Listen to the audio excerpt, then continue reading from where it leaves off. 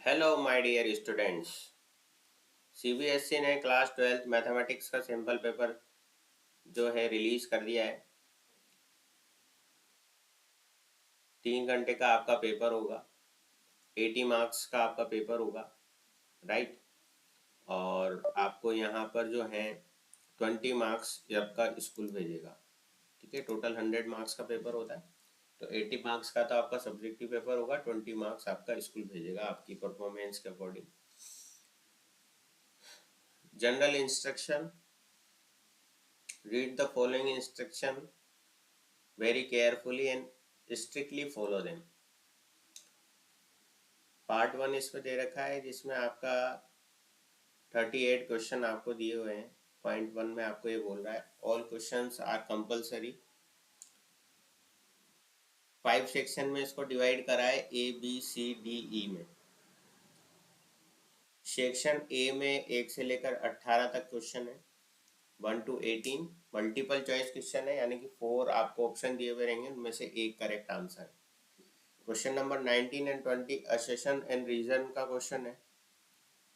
ठीक है, 1 marks for each, 1 marks for each, यानी कि यहाँ पर दो क्वेश्चन है 19 और 20, यानी कि 2 मार्क का क्वेश्चन ही हो गया। 1 मार्क का 19 क्वेश्चन, 1 मार्क का 20 क्वेश्चन। सेक्शन बी में आपका 21 से 25 तक very short answer type question है जो कि 2 मार्क्स के होंगे। सेक्शन सी में 26 से 31 शॉर्ट आंसर टाइप क्वेश्चन है जो 3 मार्क्स के होंगे। सेक्शन डी 32 से 35 क्वेश्चन नंबर है, वो 5 मार्क्स के हैं। और 36 से 38 आपका सेक्शन ही है जो 4 मार्क्स के होंगे क्वेश्चन। ठीक है, there is no overall choice, however internal choice has been provided in 2 question in section B, third question in section C, second question in section D, right. Sub parts in each 2 question of section E, use of calculator यहाँ पे allow नहीं है। ठीक है ना, तो आप exam में कैलकुलेटर ले जाने की गलती बिल्कुल मत कर देना। ठीक है, अब सेक्शन ए पर हम आ रहे हैं बच्चों। सेक्शन ए के क्वेश्चन हम यहाँ पर डिस्कस कर रहे हैं आज।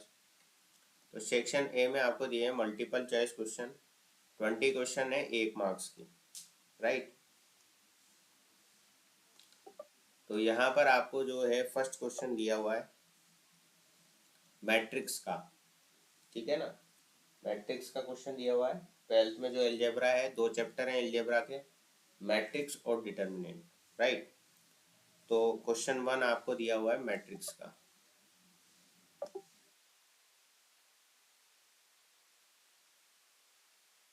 If the square matrix A into adjoint of A, एक मैट्रिक्स दे रखा है यहाँ पर। ठीक है, then the value of determinant of A and determinant of adjoint of A is equal to, option A आपको 1 दे रखा है, ऑप्शन बी आपको दे रखा है यहाँ पर 2025 प्लस 1, ऑप्शन सी आपको दे रखा है 2025 का whole square plus 45, and option D आपको दे रखा है 2025 प्लस 2025 का होल स्क्वायर। तो सबसे पहले तो आपको एक फॉर्मूला ये पता ही होगा कि ए इंटू एडजॉइंट ऑफ ए क्या होता है, वो होता है डिटर्मिनेंट ऑफ ए इंटू आई। तो यहाँ से आप देख पा रहे हो कि 2025 तो कॉमन आ रहा है। ठीक है, और यहाँ पर आपके जो बचेगा अंदर वो बचेगा, ठीक है, एक यूनिट मैट्रिक्स बच रहा है। तो इसको कंपेयर करूँगा तो ये तो डिटर्मिनेंट ऑफ ए हो गया और ये आपका आई है ही सरी। तो यहाँ से आपको क्या पता लगा कि डिटर्मिनेंट ऑफ ए की साहब वैल्यू कितनी आ गई, 2025 आ गई। एक फॉर्मूला और आपको पता है कि एडजॉइंट ऑफ ए का डिटर्मिनेंट जो होता है, डिटर्मिनेंट ऑफ ए की पावर n-1 होता है। अब यहाँ 3/3 का मैट्रिक्स है ये, तो यहाँ पर n की जगह 3 लगेंगे क्योंकि ऑर्डर 3 है।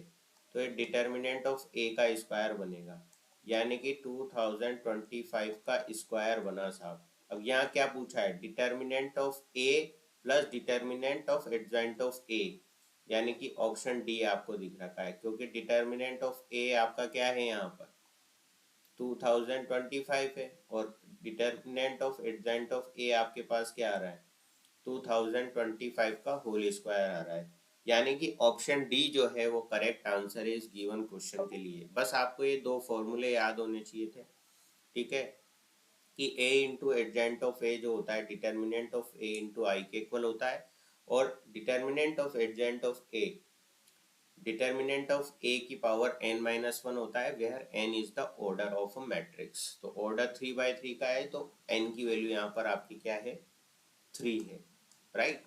सो हमने यहाँ पर क्या पुट करी थी n की वैल्यू 3 पुट करी थी। Is it clear? ठीक है, चलो आगे बढ़ते हैं नेक्स्ट क्वेश्चन की ओर।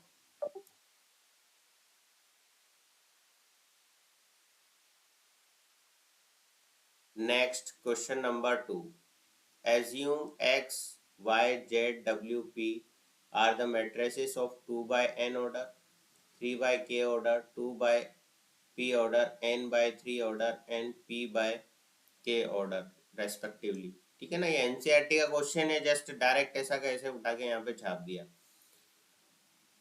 Then the restriction of N K P P Y plus W Y will be defined are.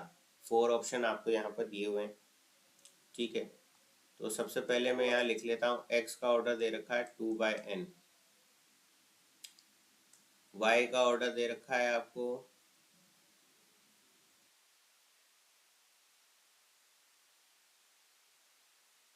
3/k, z w और p, z का आपको दे रखा है 2/p, ठीक है ना, w का आपको दे रखा है n/3 एंड p का आपको दे रखा है p/k।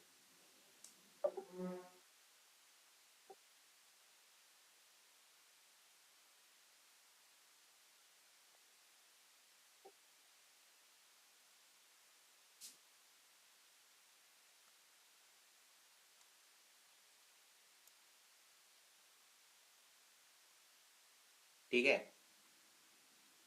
अब यहाँ इसने बोला पी वाई, पी का तो हो गया p/k और y का हो रहा है यहाँ 3/k, ठीक है। अब मल्टीप्लीकेशन होता है तो क्या होता है,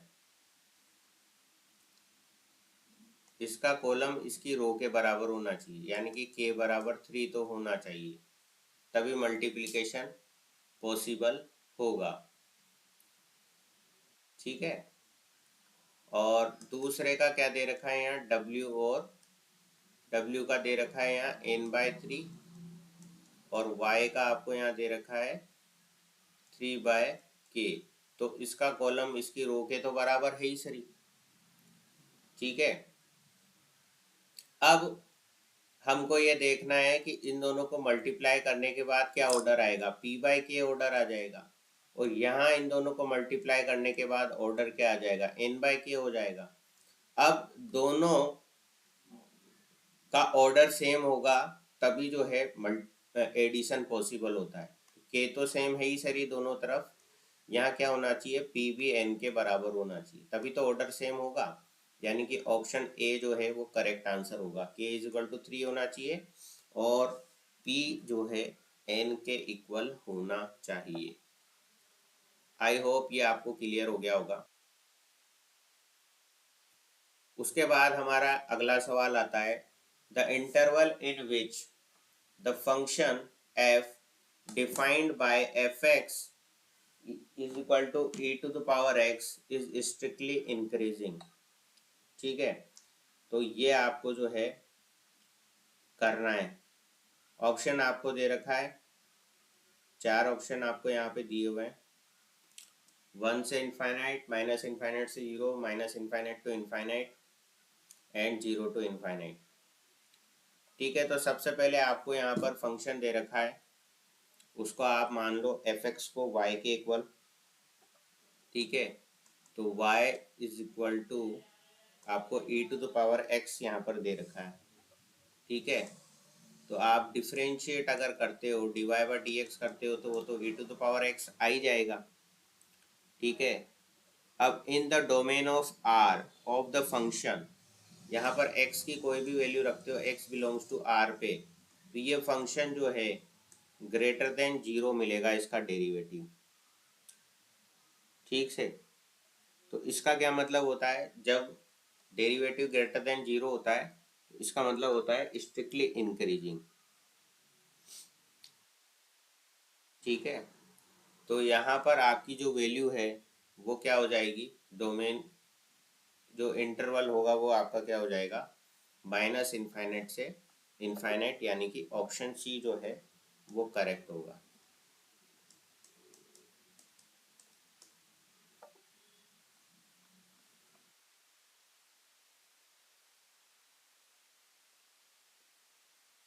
नेक्स्ट क्वेश्चन आपका यहाँ पर आ रहा है, question number 4।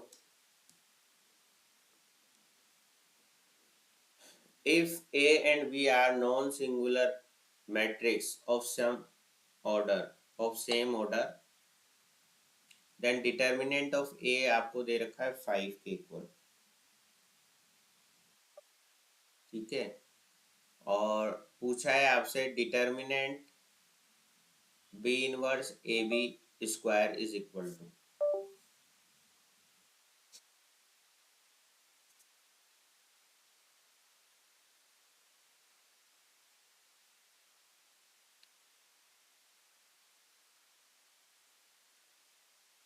Determinant of A आपको यहाँ दे रखा है 5। ठीक है, और आपको क्या दिया हुआ है, determinant of B inverse A B इसका स्क्वायर। तो ये इसको हम ऐसे लिख सकते हैं, determinant of A B B square, determinant of B inverse, determinant of A, determinant of B और इसका स्क्वायर। तो यहाँ से क्या आया, डिटर्मिनेंट ऑफ ए का स्क्वायर यानी कि 5 स्क्वायर यानी कि 25, या ऑप्शन बी जो है आपका आंसर यहाँ पर होगा। ठीक है, ये और ये वैल्यू मिलकर के क्या बन जाएगी, आपकी 1 बन जाएगी। तो यहाँ डिटर्मिनेंट ऑफ ए स्क्वायर क्या हो जाएगा, डिटर्मिनेंट ऑफ ए 5 है तो 5 का स्क्वायर हो जाएगा, यानी कि ऑप्शन बी जो है करेक्ट आंसर हो जाएगा इस गिवन क्वेश्चन के लिए। Clear? Now we will discuss next question, the value of n such that differential equation आपको दे रखी है यहाँ पर, where x y belongs to r plus is homogeneous, right?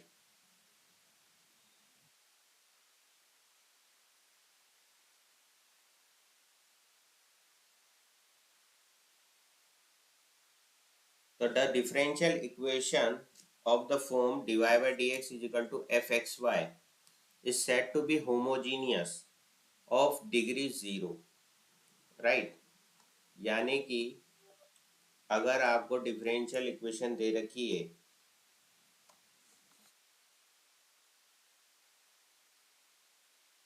तो dy by dx is equal to f of f x अगर आपको दिया हुआ है, तो जब अगर इसकी डिग्री 0 है तो वो क्या कहलाएगी, होमोजीनियस डिफरेंशियल इक्वेशन कहलाएगी। तो यहाँ पर आपको क्या दे रखा है, x to the power n d y by d x, y log y minus log x plus 1 आपको दे रखा है। तो x to the power n को आप इधर भेज दो सबसे पहले तो ये क्या हो जाएगी, आपकी एफ एक्स वाई की फॉर्म में हो जाएगी, है ना। अब f x y will be the homogeneous function होगा जब इसकी डिग्री 0 होगी। तो उसके लिए क्या होना चाहिए, आपकी n की वैल्यू यहाँ पर 1 होनी चाहिए। तो यहाँ पर आपसे n की वैल्यू पूछी है तो बी इसका करेक्ट आंसर होगा। ठीक है,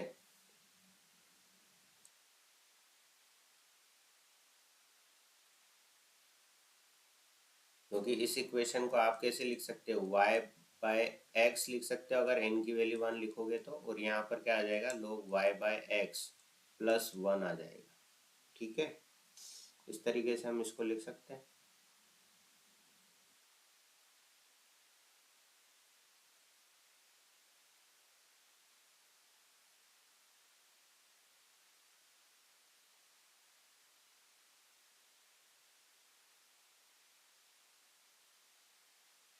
और 1 को भी हम कैसे लिख सकते हैं, 1 को भी अगर हम कन्वर्ट करना चाहें तो कैसे लिख सकते हैं, log y by x, y by x log y by x हो जाएगा, और ये क्या हो जाएगा log बेस ई लिख सकते हो आप इसको।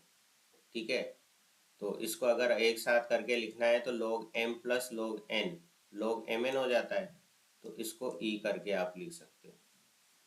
ठीक है ना। अब y is equal to v x करके हम उसका फिर जनरल सॉल्यूशन निकाल लेते हैं। तो यहाँ से आपको पता लग ही गया कि भाई यहाँ भी y बाई एक्स है, यहाँ भी y बाई एक्स है, y की जगह वी एक्स कर लेंगे हम, और फिर उसको सॉल्व कर लेंगे आगे चल करके। तो कुल मिलाकर के यहाँ पर आपको डिग्री पता लग गई इसकी कि ज़ीरो हो रही है degree.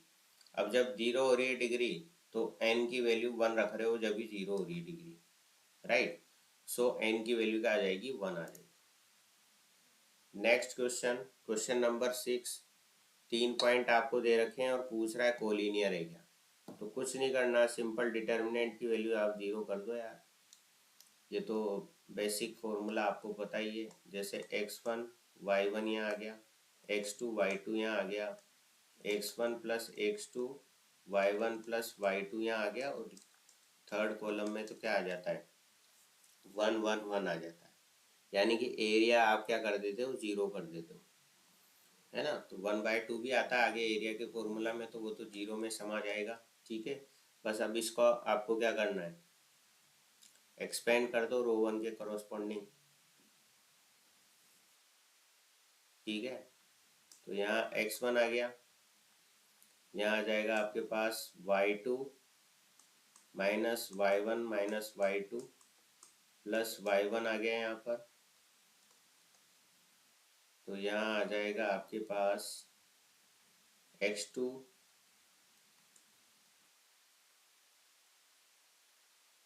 Minus x1 minus x2 plus 1 आ गया यहाँ पर आपके पास। तो ये आ गया x2 y1 plus y2 minus y2 x1 plus x2 is equal to 0। यहाँ तो इससे कैंसिल हो जाएगा, यहाँ भी इससे ये कैंसिल हो जाएगा। अब फर्दर इसको थोड़ा सा सिंप्लीफाई, तो यहाँ क्या आ रहा है, x1 y1 माइनस साइन के साथ, फर्दर यहाँ आ रहा है x1 y1 माइनस साइन के साथ। ठीक है, प्लस साइन के साथ आएगा क्योंकि ये वाली रो को जब हम करते हैं तो यहाँ माइनस आता है ना फॉर्मूले का, तो ये प्लस साइन के साथ आ जाएगा, तो ये तो उड़ ही जाएगा, मतलब इससे तो ये कैंसिल हो ही जाएगा, राइट। अब यहाँ पर क्या बच रहा है वो देखो आप, x2 y1, फिर आया यहाँ पर x2 y2, फिर आ रहा है y2 x1, और फिर आ रहा है y2 x2 is equal to 0। तो इससे भी ये कैंसिल हो गया, x2 y1 is equal to x1 y2 आ गया। अब यहाँ पूछा गया है x2 y1 ही पूछा है इसने, तो ये x1 y2 के बराबर आ रहा है। ठीक है साहब, तो ये आपका हो गया। ऑप्शन कौन सा है देख लो आप, यहाँ ऑप्शन ए है ये, x1 y2 x2 y1 के बराबर, x1 y2 x2 y1 के बराबर। ठीक है, ये इसके बराबर, ऑप्शन ए करेक्ट है। ठीक है, क्वेश्चन नंबर 7 दे रखा है, एक डिटर्मिनेंट, एक मैट्रिक्स दे रखा है, स्क्यू सिमेट्रिक मैट्रिक्स है। ठीक है, तो ए बी सी की वैल्यू बतानी है। अब स्क्यू सिमेट्रिक के डिटर्मिनेंट सारे जीरो होते हैं, डायगोनल के एलिमेंट, डिटर्मिनेंट क्या, डायगोनल के एलिमेंट सारे जीरो होते हैं। इससे क्या पता लगा, ए की वैल्यू तो जीरो है साहब, और ए आई जे माइनस ए जे आई के बराबर होता है साहब। यानी कि ये इसके बराबर होता है, यानी कि C-2 के बराबर होगा, है ना, माइनस साइन के साथ आ जाएगा। और माइनस बी जो है 3 के बराबर होता है ना, माइनस साइन के साथ, तो बी की वैल्यू 3 आ जाएगी साहब। ए बी और सी की वैल्यू आ गई आपके पास, तो ऐड करना है यहाँ पर 0 + 3 - 2 यानी कि 1। ऑप्शन ए जो है वो करेक्ट हो गया इसका, ठीक है ना। तो इतना आसान सवाल है, बस आपको डेफिनेशन पता होनी चाहिए कि जो है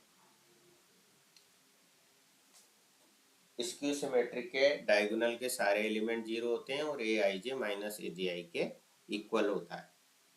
क्लियर।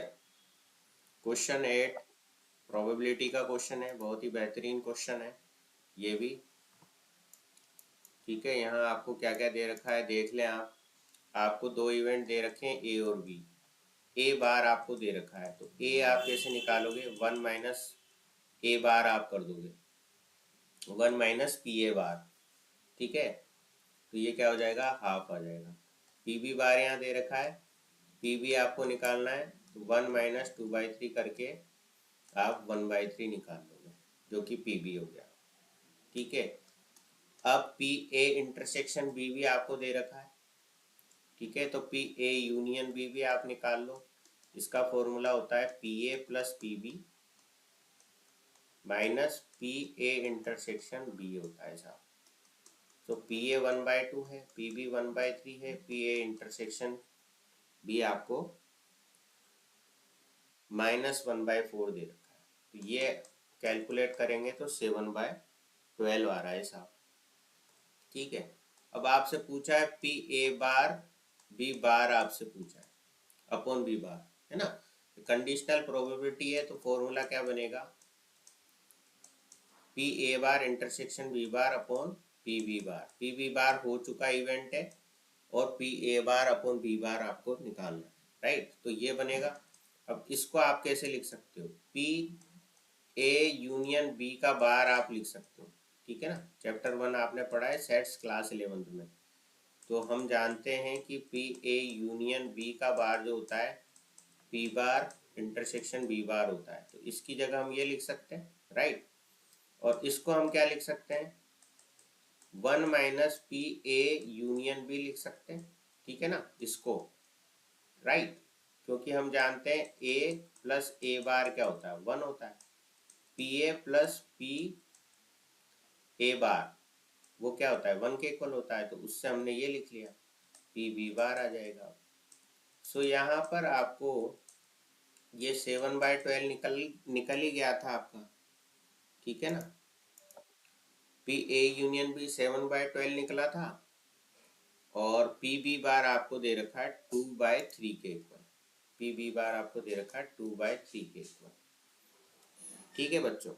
तो यहाँ से आप क्या फाइंड आउट कर लोगे, फाइनल आंसर फाइंड आउट कर लोगे 5/8, जो कि आपका है option number C, right. So 5/8 is the correct answer. Option C is the correct answer for this given question. Is it clear to you? I hope आपको clear हो गया होगा। अब क्वेश्चन 9 हम यहाँ डिस्कस कर रहे हैं।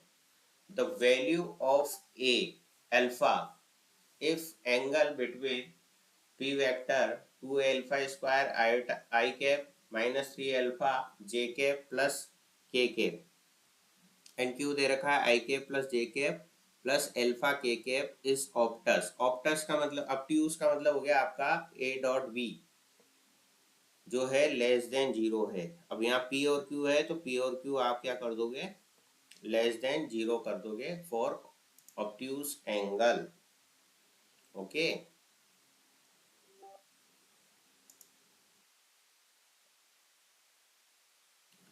सो यहाँ पर आपको P vector dot Q vector less than 0 करना है ऑब्ट्यूज एंगल के लिए। सो इसको आप डॉट प्रोडक्ट करके लिखोगे तो 2 अल्फा स्क्वायर आ जाएगा यहाँ पर, ठीक है, -3 अल्फा आ जाएगा, ठीक है।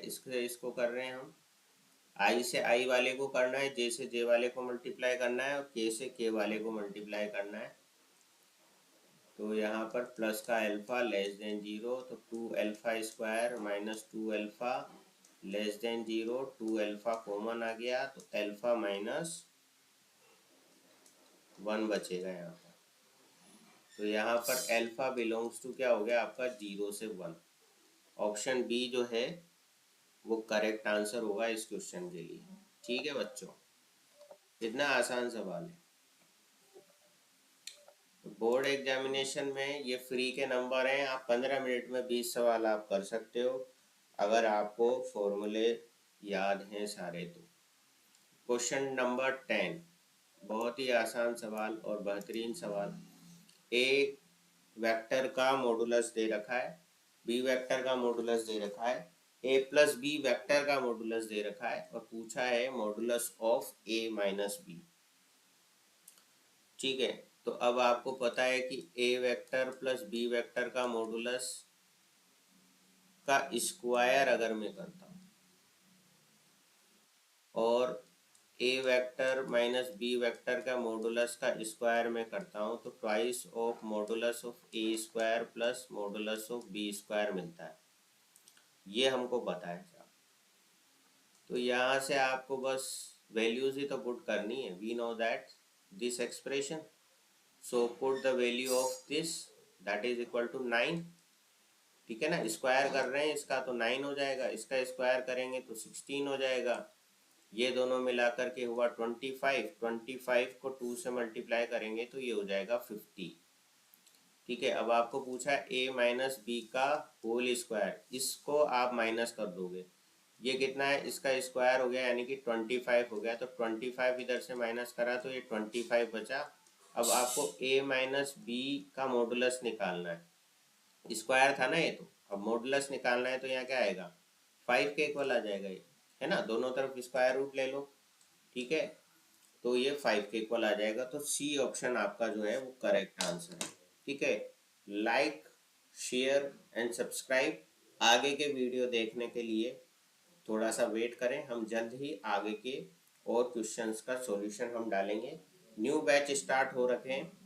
ठीक है, क्लास 12 के लिए क्रैश कोर्स अगर आप ज्वाइन करना चाहते हैं तो डिस्क्रिप्शन में लिंक है, वहाँ से आप हमारी वेबसाइट देखें, कांटेक्ट करें और हम आपको जो है बोर्ड क्लास का क्रैश कोर्स कराएंगे, जिसके अंदर हम प्रीवियस ईयर के क्वेश्चन कराएंगे, एनसीईआरटी कराएंगे, एनसीईआरटी एग्जाम्पलर कराएंगे और लेटेस्ट जो सैम्पल पेपर है उनके क्वेश्चंस की हम जो है प्रैक्टिस करवाएंगे। Thanks for watching this video.